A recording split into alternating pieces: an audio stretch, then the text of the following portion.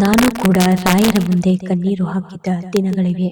ನಾನು ಕೇಳಿಕೊಂಡಿದ್ದು ಐಶ್ವರ್ಯವಲ್ಲ, ನಾನು ಬೇಡಿಕೊಂಡಿದ್ದು ಅತಿ ದೊಡ್ಡ ಅದೃಷ್ಟವಲ್ಲ, ನನ್ನ ಮನಸ್ಸಿಗೆ ಸ್ವಲ್ಪ ಶಾಂತಿ ಬೇಕು ಅಂತ ಮಾತ್ರ ಬೇಡಿಕೊಂಡಿದ್ದೆ.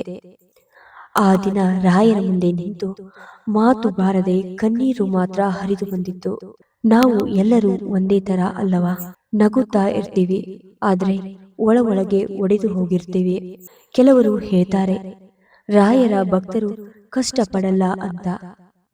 ಆದರೆ ನನಗೆ ಅನಿಸಿದ್ದು ರಾಯರ ಭಕ್ತರು ಕಷ್ಟದಲ್ಲಿಯೂ ನಂಬಿಕೆ ಬಿಡಲ್ಲ ಅಂತ. ನನ್ನ ಜೀವನದಲ್ಲಿಯೂ ಹಾಗೆ ಆಗಿತ್ತು. ಎಲ್ಲ ದಾರಿಗಳು ಮುಚ್ಚಿದಂತೆ ಅನಿಸಿತು. ಯಾರಿಗೂ ನನ್ನ ನೋವುಗಳನ್ನು ಹೇಳುವ ಧೈರ್ಯವಿರಲಿಲ್ಲ.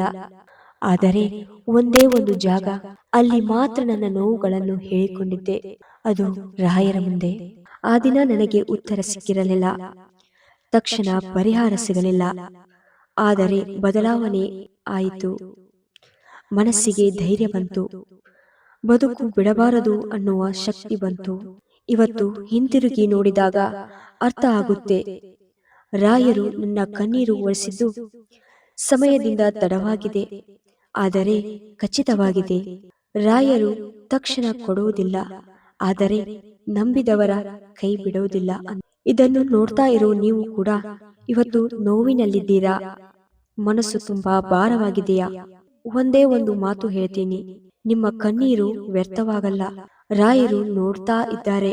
ರಾಯರ ಮೇಲೆ ನಂಬಿಕೆ ಇದ್ದರೆ ರಾಯರಿದ್ದಾರೆ ಅಂತ ಕಮೆಂಟ್ ಮಾಡಿ.